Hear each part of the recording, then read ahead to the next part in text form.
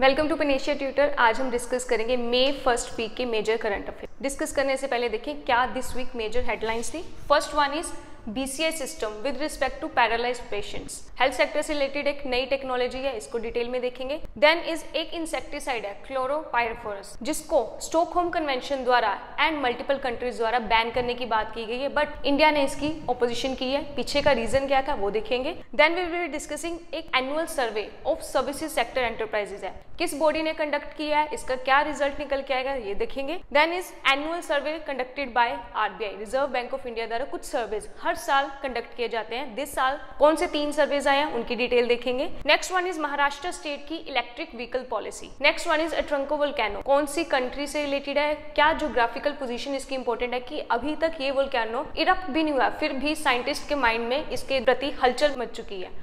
Another one is Aim for Nature initiative है by an international organization named as FAO. Another one is Bio Input Resource Center, Ministry of Agriculture द्वारा launch किए गए एक नया initiative. Then we will be discussing Global Alliance on National Human Right Initiatives, इनके द्वारा हमारे NHRC को क्या कमेंट आउट किया गया वो देखेंगे। लास्ट में देखेंगे NDMA, National Disaster Management Authority द्वारा एक ऐप लॉन्च किया गया विच इज सचेत ऐप। क्लियर करते हैं start. First one is BCI system. पहले तो हमें इसकी फुल फॉर्म पता होनी चाहिए। It stands for brain computer interface. Now किस सेक्टर से रिलेटेड है, हेल्थ सेक्टर से रिलेटेड है। हेल्थ सेक्टर के भी अंदर पैरालाइज्ड पेशेंट्स की हेल्प करने के लिए सिस्टम लॉन्च किया गया। सिंपल भाषा में समझे तो जो भी पैरालाइज्ड पेशेंट्स है वो नॉर्मली अपनी बेसिक नेसेसिटी को भी फुलफिल करने के लिए किसी और पे डिपेंड होते हैं। फॉर एग्जांपल पानी पीना है, उठ के बाहर जाना है, उठना है, बैठना है, इस सब के लिए किसी न किसी पर्सन पे रिलाई होना पड़ता है। अभी हेल्थ सेक्टर के इस इनिशिएटिव में ये उम्मीद की जा रही है कि एक ब्रेन में चिप लगाने की वजह से जब भी उनके सेंट्रल नर्वस सिस्टम द्वारा एक मैसेज जाएगा टू द ब्रेन कि मुझे अभी पानी पीना है, I am feeling thirsty,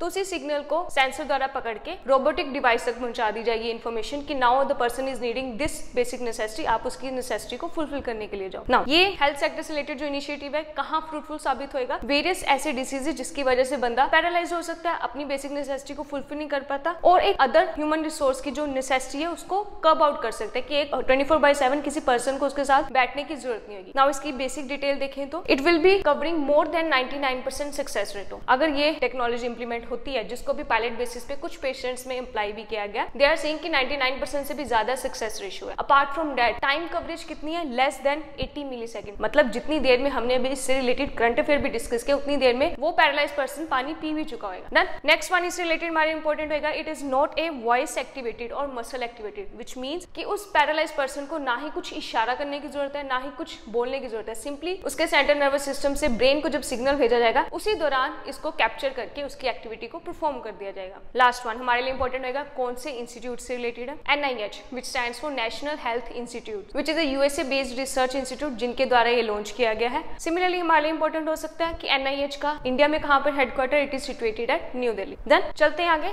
next current affair की तरफ, which is insecticide chlorpyrifos. Simply पहले न्यू समझे तो Stockholm convention which is an international convention related to the curbing out harmful substance. जो भी इंडस्ट्रीज में, एग्रीकल्चर में, सर्विसेज सेक्टर में, किसी भी सेक्टर में, इकोनॉमी के किसी भी सेक्टर में केमिकल्स, पेस्टिसाइड्स को यूज किया जाता है, उनको हटाने की बात करता है कि हमें अभी रेगुलर बेसिस पे कुछ ना कुछ केमिकल्स को बैन कर देना चाहिए। क्यों बैन कर देना चाहिए? क्योंकि क्लाइमेट चेंज के लिए हार्मफुल है, इन्वायरमेंट के लिए हार्मफुल है, ह्यूमन हेल्थ के लिए हार्मफुल है। एक पर्टिकुलर पीरियोडिक डिस्कशंस होती हैं। सिमिलरली दिस ईयर 2025 में BRS convention which stands for Basel, Rotterdam and Stockholm convention, जो कि फिलहाल ही में कहाँ होती है, Geneva in the country of Switzerland. वहीं पे ये डिस्कशन की जाती है कि अभी टाइम आ चुका है इस इंसेक्टिसाइड को बैन करने। उसी डिस्कशन में हमारे एनवायरमेंट मिनिस्टर भी पार्टिसिपेट करते हैं, जिनके द्वारा इसका ऑपोजिशन किया जाता है। ना इसका ऑपोजिशन करने का रीजन इज बेसिकली दिस, क्योंकि हमारे एग्रीकल्चर सेक्टर में जितने भी इंसेक्टिसाइड यूज किए जाते हैं उनमें से 10% contains this insecticide. Apart from agriculture, India में अर्बन एरियाज में फॉर एग्जाम्पल पेस्ट के रिडक्शन के लिए मॉस्किटो रेपेलेंट में दिस इंसेक्टिसाइड को यूज किया जाता है। नाउ इंडिया इज सेइंग कि हम एकदम से अचानक से किसी भी इंसेक्टिसाइड को बैन नहीं कर सकते, we need time for the alternative sources, जब तक हमारे पास एक अल्टरनेट सब्स्टिट्यूट नहीं मिल जाता। नाउ स्टॉकहोम कन्वेंशन ने जब इसको बैन करने की बात करी, सिमिलरली दे हैव डिस्कस्ड कि इसके इंपैक्ट्स हेल्थ पे कहाँ पड़ रहे हैं। फर्स्ट वन ही सबसे मेजर इंपैक्ट पड़ रहा है न्यूरोलॉजिकल डेवलपमेंट पे, हमारे IQ लेवल पे, जिसकी वजह से इंसेक्टिसाइड को बैन करने की बात स्टार्ट हुई। इससे रिलेटेड थोड़ा सा बेसिक देखें तो India oppose the inclusion as POP. POP stands for persistent organic pollutant. ये इंसेक्टिसाइड उन कुछ पीओपीज में शामिल होता है जो ही एक बार इन्वायरमेंट में शामिल हो जाए तो काफी टाइम तक, काफी सालों तक उनको एलिमिनेट करना मुश्किल हो जाता है। Another one, it is a carbon based organic chemical substance. Stockholm convention हर साल 3 लिस्ट एनालिसिस करती है। 3 लिस्ट के नाम क्या क्या है? एलिमिनेशन करना, रिस्ट्रिक्शन करना या फिर रिस्पॉन्सिबल प्रोडक्शन करना। इस इंसेक्टिसाइड को किस लिस्ट में डाला जा रहा है? In the list of elimination की। इसको भी बैन करने का ही टाइम आ चुका है। नेक्स्ट वन, इसका structure is, it is a white crystal like solid with a strong order. Last में एग्रीकल्चर में जब इसको यूज किया जाता है, it doesn't generally mix up with water. इसको पानी के साथ नहीं मिलाया जाता, किसी ऑयली सब्सटेंस के साथ मिला के ही एग्रीकल्चर लैंड में स्प्रे आउट किया जाता है। लास्ट वन, यूसेजेस में हमने क्या देखा कि अपार्ट फ्रॉम एग्रीकल्चर इंडिया में अर्बन एरियाज में भी यूज किया जाता है and impacts include neurological development पे बैडली इंपैक्ट करता है। देन चलते हैं आगे। Next one is annual survey of services sector enterprises. पहले तो हमारे लिए इंपॉर्टेंट होता है कि इकोनॉमी के 3 सेक्टर्स होते हैं। कौन से 3 सेक्टर्स होते हैं? Primary, secondary and tertiary. Tertiary sector में major contributor is services, other name is also known as services sector, which consist of banking, insurance, transportation etcetera. Now उसी सर्विसेज सेक्टर की एनालिसिस किया गया बाय हुम? ये ministry हमारे लिए important रहेगी, MoSPI, which stands for ministry of statistics and programme implementation. इस ministry द्वारा जो एनुअल सर्वे किया गया उसकी मेजर रिपोर्ट द्वारा बताया गया कि हमारे देश में 82% अप्रोक्सीमेटली जितने भी सर्विसेज सेक्टर हैं they are privately owned. Apart from that publicly owned and limited liability partnership वाले दे आर रफली 8% each. Publicly owned, privately owned, we all know. Now term आती है limited liability partnership. Limited liability partnership अगर हम English language के words को भी breakout करके देखें, इट सिंपली मींस ऐसी पार्टनरशिप जहां पे 2 से ज्यादा बंदे जब शामिल होते हैं बिजनेस करने के लिए, वो एक क्राइटेरिया फिक्स आउट करते हैं कि मेरी इस बिजनेस से रिलेटेड लिमिटेड लायबिलिटी रहेगी, विच सिंपली मींस कि अगर कंपनी और पार्टनरशिप जो भी हमारी एंटरप्राइज है अगर लॉस में चली जाती है तो मेरी responsibility towards covering the loss और बियरिंग द लॉस सबसे कम होगी। जनरली कंपनीज या पार्टनरशिप में क्या सीन होता है कि अगर कंपनी का नुकसान हो रहा है तो उसकी भरपाई के लिए जो भी पार्टनर्स हैं या स्टेक होल्डर्स हैं उनको अपने रिसोर्सेज, अपने घर के रिसोर्सेज भी बेचने पड़ते हैं। But in the respect of एलएलपीज ये सब कुछ नहीं होता। डन। नाउ इसी रिपोर्ट द्वारा बताया गया कि लेस देन ₹500 करोड़ आउटपुट वाली कंपनीज सबसे ज्यादा इंप्लॉयमेंट जनरेट कर रही हैं। It is an extreme fact. Normally अगर हम कॉमन सेंस भी लगाते हैं, वी विल बी अज्यूमिंग कि ऐसी कंपनीज, ऐसी एंटरप्राइजेस जिनका आउटपुट परसेंटेज या आउटपुट मॉनेटरी अमाउंट 500 करोड़ से ज्यादा भी ज्यादा इंप्लॉयमेंट अपॉर्चुनिटीज क्रिएट करती होंगी। बट दिस रिपोर्ट सजेस्ट कि इससे उल्टा हो रहा है कि 500 करोड़ से कम आउटपुट प्रोड्यूस करने वाली कंपनीज ज्यादा इंप्लॉयमेंट अपॉर्चुनिटीज क्रिएट कर रही है। नाउ एनुअल सर्वे को तो डिस्कस कर लिया, उसका रिजल्ट भी देख लिया। वी शुड बी नोइंग कि सर्वे को कंडक्ट कैसे किया जाता है। जो भी कंपनीज सर्विसेज सेक्टर में अपना बिजनेस शुरू करती हैं उनको जीएसटी नंबर दिया जाता है। तो हमारे लिए जीएसटी नंबर का भी बेसिक क्राइटेरिया इंपॉर्टेंट हो जाता है। It generally consist of 15 digit alpha numeric code. 15 digit alpha numeric code में पहले 2 digits represent the state code. For example हमारे पंजाब का स्टेट कोड इज 03। अगले 10 कोड रिप्रेजेंट करते हैं pan number, permanent account number. Next one एक digit represent करेगा उस पर्टिकुलर एंटिटी को कौन सा नंबर दिया गया। नेक्स्ट सेकंड लास्ट डिजिट पे एक डिफॉल्ट अल्फाबेट सेट कर दिया जाता है विच इज Z। मतलब कि जितने भी जीएसटी होल्डर्स को जीएसटी नंबर दिया गया है उसमें Z number would be mandatory on the second last number which is 14 digit. और लास्ट में दे दिया जाता है डिजिट और an alphabet to the check sum digit. Done. चलते हैं नेक्स्ट इज आरबीआई द्वारा कंडक्ट किए गए एनुअल सर्वेज। आरबीआई हर साल मॉनेटरी पॉलिसी कमेटी की मीटिंग करने से पहले कुछ सर्वेज कंडक्ट कराते हैं। मॉनेटरी पॉलिसी कमेटी का मेजर काम क्या होता है कि देश में कमर्शियल बैंक्स में कैसे पैसे की एक्सपेंशन और कंट्रोल पे ध्यान दिए। उसी डिसीजन से पहले कुछ सर्वेस लिए जाते हैं कि हमारे पास कस्टमर्स का, कंज्यूमर्स का, सिटीजन्स का पॉइंट ऑफ व्यू भी शामिल होना चाहिए। उन्हीं में से first one is inflation expectations survey of the household. We should not be confusing here कि हमारे देश में inflation ratio, inflation rate is measured और calculated by MOSPI, ministry of statistics and programme implementation. Now we are discussing the survey which means inflation expectation, कि हमारे consumers द्वारा क्या उम्मीद है कि हमारे देश में पहले कितनी इन्फ्लेशन थी, अभी आने वाले टाइम पीरियड में दे आर एक्सपेक्टिंग कितनी हो सकती है। ये डाटा नॉर्मली 19 सिटीज, कौन सी 19 सिटीज हो सकती है, randomly would be selected by the RBI. 19 cities में हाउस होल्ड द्वारा ये सर्वेस किया जाता है कि आपकी उम्मीद क्या है आने वाले टाइम पीरियड में देश में महंगाई कितनी बढ़ सकती है। नेक्स्ट सर्वे का नाम है urban consumer confidence survey. As a name suggest urban area पे फोकस रहेगा। फोकस विद रिस्पेक्ट टू किस ऑब्जेक्टिव रिलेटेड, कंज्यूमर की confidence.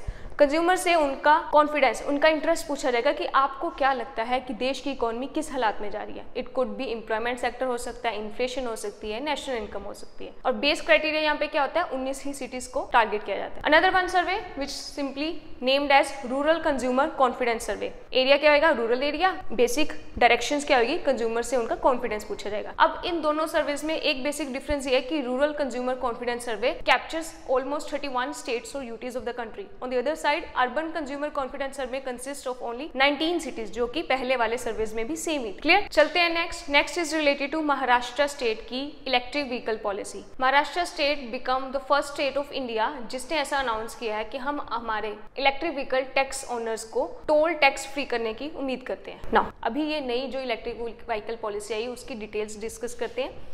First one is it has allocated रफली about 2000 crore from the state budget, कि हमारी स्टेट में ये इतना पैसा सिर्फ और सिर्फ इलेक्ट्रिक व्हीकल से रिलेटेड इनिशिएटिव के लिए खर्च किया जाएगा। Another one is charging station would be establish every 25 kilometre, 25 kilometre के दायरे में इतने चार्जिंग स्टेशंस लगाए जाएंगे। Next one is 60 to 70% of the petrol pump should be containing charging infrastructure. Another one is all new residential complexes should be maintaining the infrastructure with respect to कि electric vehicles को charge out किया जा सके। Next they have announced the toll free travel for the electric vehicles which normally consist of 4 wheelers and the buses. Last में they have announced कि 10% और 15% की subsidy हम आपको देने का ऐलान करते हैं if you are buying electric vehicles. किस तरह के इलेक्ट्रिक व्हीकल्स, 10% की सब्सिडी दी जाएगी फॉर द 2 व्हीलर्स एंड 15% की सब्सिडी दी जाएगी फॉर द 4 व्हीलर। क्लियर, चलते हैं next is related to volcano, Uturuncu volcano. कौन सी कंट्री से रिलेटेड है, Bolivia which is in the continent of South America. Now अभी ये वोल्केनो इरप्ट नहीं हुआ, फिर भी हम इसको क्यों डिस्कस करें, क्यों ये न्यूज में आजकल चल रहा है। बेसिक रीजन इज दिस, जिस जगह पे ये वोल्केनो लोकेटेड है it is the world's most magma containing land. हमारी अर्थ पे सबसे ज्यादा मैग्मा इसी धरती पे है। और नाउ वी आर एक्सपेक्टिंग कि अगर ये फटता है, अगर ये इरप्ट होता है तो इसके एक्सप्लोजन की वजह से बहुत ज्यादा इंपैक्ट हो सकते हैं। अगर ये फटता है, वी हैव डिस्कस कि अगर फटेगा तो मतलब पहले भी फट चुका होगा, तो it has been dormant from many years. 250 साल से ये कभी इरप्ट नहीं हुआ, पर अगर इरप्ट होता है तो would be very harmful. Now, other name which is given to this volcano is zombie volcano. इसी के साथ रिलेटेड है एक term growth problem.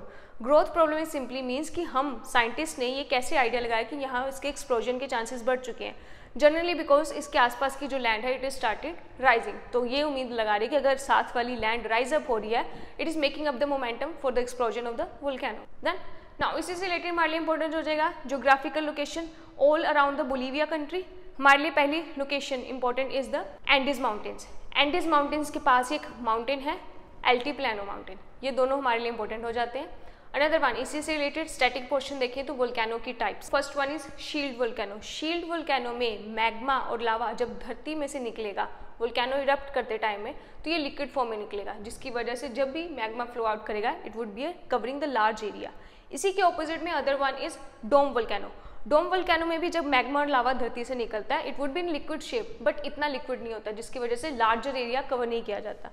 Next one is स्ट्रेटोवोल्केनो। स्ट्रेटोवोल्केनो सबसे हार्मफुल होता है and this volcano is also a type of स्ट्रेटोवोल्केनो, जिसमें जब भी मैग्मा और लावा धरती से बाहर निकलेगा, वोल्केनो से बाहर निकलेगा, it will be also covering in layers. ये लेयर्स के रूप में साइड से भी अपनी जगह बना देगा, जिसकी वजह से कम टाइम में ही ज़्यादा एक्सप्लोजन हो जाती है, ज़्यादा एरिया की कवरेज कर दी जाती है। Last one is cinder volcano. Cinder volcano में जब भी एक्सप्लोजन होता है इट ब्रेक्स आउट डस्ट की फॉर्म में, डस्ट की फॉर्म में हवा में एक्सप्लोडेड आउट मैग्मा और लावा कर दिया जाता है। डन, चलते हैं next is related to an initiative which is named as aim for nature. पहले तो हमारे लिए इसकी फुल फॉर्म इंपॉर्टेंट हो जाती है। It generally stands for accelerating innovation monitoring for nature restoration. Done, now इससे रिलेटेड इंस्टीट्यूट कौन सा है, international organisation is FAO which stands for food and agriculture organization. Food and agriculture organization द्वारा इसी earth day which is celebrated on 22 April 2025 को ये initiative launch किया गया। टाइम पीरियड क्या है इसका, 2025 से लेकर 2028 तक इसकी टाइमलाइन डिसाइड की गई कि we will be covering our aims within this time period only. Now किससे रिलेटेड है initiative, simply as a name suggest कि नेचर की रिस्टोरेशन से रिलेटेड। नेचर की रिस्टोरेशन सिंपली कि जो भी लैंड डिग्रेड हो चुकी है, चाहे डिफोरेस्टेशन की वजह से या एक्सेसिव रेनफॉल की वजह से या फिर वोल्केनोस की वजह से, अदर नेचुरल प्रोसेसेस की वजह से या फिर ह्यूमन के फॉसिल फ्यूल्स इरप्शन की वजह से, इन सब किसी भी रीजन की वजह से जो भी लैंड डिग्रेड हो चुकी है उसको रिस्टोर करने का काम FAO is providing to the all countries. Now इसके तहत एक डाटाबेस बनाया जाएगा डिफरेंट कंट्रीज में कि आपकी कंट्री में जो भी लैंड्स है इतनी डिग्रेड हो चुकी है, आपको क्या क्या इनिशिएटिव लेने चाहिए, हम आपको सजेशन देंगे। सजेशंस के साथ साथ फंडिंग देने की भी बात की जा रही है। नाउ इसी इनिशिएटिव में 2 कंट्रीज को सिलेक्ट किया गया। कौन सी 2 country? Peru and Brazil, both in the same continent of South America, जहाँ के इंडिजीनियस ट्राइबल पॉपुलेशन को कंट्रीब्यूट करने के लिए बोला गया कि आपकी knowledge, traditional knowledge would be very helpful to the completion of this initiative. Clear? Next is related to Bioresource Input Center BRC, which is an initiative by Ministry of Agriculture and Farmers Welfare, जिसके तहत BRC centres खोलने के लिए हर states को बोला गया कि आप अपने अपने डिस्ट्रिक्ट्स में, अपने अपने सिटीज में सेंटर्स जितने भी खोलना चाहते हो खोलो, हम आपको 1 लाख पर सेंटर एलोकेट करने की बात करते हैं। नाउ इसी 1 लाख में ये एक गाइडलाइन प्रोवाइड कर दी गई, that money should not be use for the shed purpose, renting purpose के लिए कि आपने कोई ज़मीन खरीदी है वो BRC सेंटर बनाने के लिए, उसके लिए नहीं यूज़ कर सकते। You are simply using this money for the buying of the seeds या नॉलेज प्रोवाइड करने के लिए। ये सेंटर खोल के किया क्या जाएगा, जो भी नेचुरल फार्मिंग से रिलेटेड सीड्स हैं उनकी एलोकेशन, नेचुरल फार्मिंग को कैसे कर सकते हैं, इसका मतलब क्या है, ये सब लोगों द्वारा अवेयरनेस पहुँचाई जाएगी। ना हमने डिस्कस किया एक वर्ड यहाँ पे नेचुरल फार्मिंग, तो यहीं पे डिस्कस करते हैं कि जब भी किसी इनिशिएटिव को लॉन्च किया जाता है, जैसे अभी दिस वन BRC सेंटर, इसके पीछे कोई एक बड़ा प्लान चल रहा होता है गवर्नमेंट्स का। नाउ इंडियन गवर्नमेंट द्वारा 2024 में एक मिशन लॉन्च किया गया था, एक स्कीम थी which is national mission on natural farming. उसी के तहत वी आर एमिंग कि हमने नेचुरल फार्मिंग की तरफ शिफ्ट आउट करना है, फ्रॉम वेयर ऑर्गेनिक फार्मिंग से शिफ्ट आउट करना है to the natural farming. We should be knowing the difference between organic farming and natural farming. The difference between these two is simply organic farming में ये बोला जाता है कि आप फर्टिलाइजर्स और पेस्टिसाइड यूज़ करो, बट ऐसे यूज़ करो जिनका हार्मफुल इफेक्ट सबसे कम पड़े, ऑन द ह्यूमन हेल्थ हो गया, लाइफ स्टॉक पर हो गया या फिर इन्वायरमेंट पे हो गया। दे आर सेइंग कि आप इंसेक्टिसाइड पेस्टिसाइड यूज़ करो पर ऐसे करो कि जिसका हार्म कम पड़े। On the other side natural farming is claiming कि हमें पेस्टिसाइड्स, इंसेक्टिसाइड कुछ भी नहीं यूज़ करना, we should be relying on the natural procedure.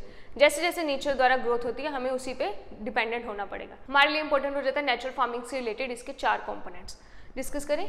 First one is बीज अमृत। एज अ नेम सजेस्ट, बीज is a Hindi name of seed. बीज अमृत में बोल दिया जाता है जो भी आप सीड पुट इन कर रहे हो लैंड में, आप उसी के साथ कुछ ना कुछ काउडंग या किचन मैन्योर को लगाने की कोशिश करें। Another one is Jeev Amrit. Jeev Amrit simply related to the life of the insects and pest, कि लैंड पे, जमीन पे रहने वाले जो भी इंसेक्ट्स हैं आप उनको मारो मत, इंसेक्टिसाइड लगाकर आप उनकी भी प्रोटेक्शन करो। उनकी प्रोटेक्शन कैसे कर सकते हो, अगर आपने प्लांट की प्रोटेक्शन करनी है तो साथ में आप किचन मैन्योर, किचन से निकलने वाले सब्जियों के, फ्रूट्स के जो छिलके हैं उसको यूज करो rather than using the pesticides और insecticide. Next one is mulching. Mulching simply refers to the plant की प्रोटेक्शन करनी। जनरली आर्टिफिशियल फार्मिंग और ऑर्गेनिक फार्मिंग में मल्चिंग कैसे की जाती है, प्लास्टिक की शीट से कवर अप कर दिया जाता है कि नेचुरल प्रोसीजर्स हो गए या आसपास वाले लाइफ स्टॉक की वजह से ये पौधा हमारा खराब ना हो। According to natural farming mulching कैसे करनी चाहिए कि आसपास में जो भी पेड़ पौधों के सूखे पत्ते हैं उसी से आप कवरिंग अप करो कि नेचुरल प्रोसीजर से भी प्रोटेक्शन हो जाएगी और आसपास से कोई जानवर निकल रहा है उससे भी प्रोटेक्शन हो जाएगी। Last component in this is Waphasa, which simply means irrigation. They are claiming कि हमें नेचुरल रेनफॉल, नेचुरल मानसून पे डिपेंड होना चाहिए रैदर देन द ट्यूबवेल और द अंडरग्राउंड वाटर, क्योंकि जिसकी वजह से हमारा ओवरऑल वाटर लेवल गिरता जा रहा है। Clear. Next is related to global alliance for national human right initiative. International level पे एक ऐसी संस्था है जो डिफरेंट कंट्रीज में स्टैब्लिश की गई ह्यूमन राइट कमीशंस की रिपोर्टिंग पे कमेंट आउट करते हैं। हमारे लिए कमेंट इंपॉर्टेंट क्यों है, क्योंकि they have degraded our status. हमारे देश की नेशनल ह्यूमन राइट कमीशन का स्टेटस डिग्रेड कर दिया गया from status A to B। पीछे का रीजन क्या बताया गया है कि हमारे यहाँ पे involvement of police officers in the investigation becoming overdue.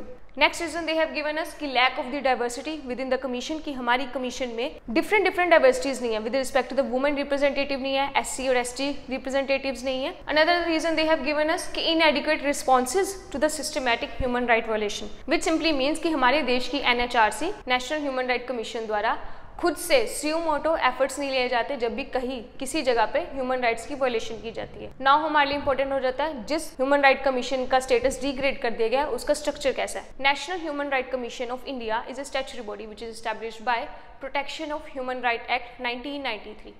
ये year 1993 should be important for us. क्यों? क्योंकि इसी ईयर में global alliance for national human right institution की इस्टेब्लिशमेंट की जाती है। नाउ हमारे लिए इंपॉर्टेंट हो जाएगा, इस इंस्टीट्यूशन ने जब ये रिपोर्ट प्लान आउट की, it was given by sub committee on accreditation, which is simply the reviewing committee of this international initiative. Clear? Next one, last one is the Sachet app. As a name suggest, Sachet मतलब warning करनी, तो national disaster management of authority जो हमारे देश में natural आपदा से निपटने की रिस्पॉन्सिबिलिटी लेती है, उनके द्वारा ये सचेत ऐप लॉन्च किया गया। फर्स्टली हमारे लिए इंपॉर्टेंट होएगा, बनाया तो NDMA ने है, इसकी कंट्रोलिंग ड्यूटी है, इसको इंप्लीमेंट करने की ड्यूटी क्या है, it is be implemented by centre for development of telematics CDOT, जिसका काम होएगा टेक्नोलॉजी से रिलेटेड कोई इशू ना आए, सर्वर ना डाउन हो जाए, या जब हमें नीड लगे और ये ऐप काम ही ना करे, तो ये they will be recruiting all time कि ये सिस्टम ठीक ढंग से चल भी रहा है कि नहीं चल रहा।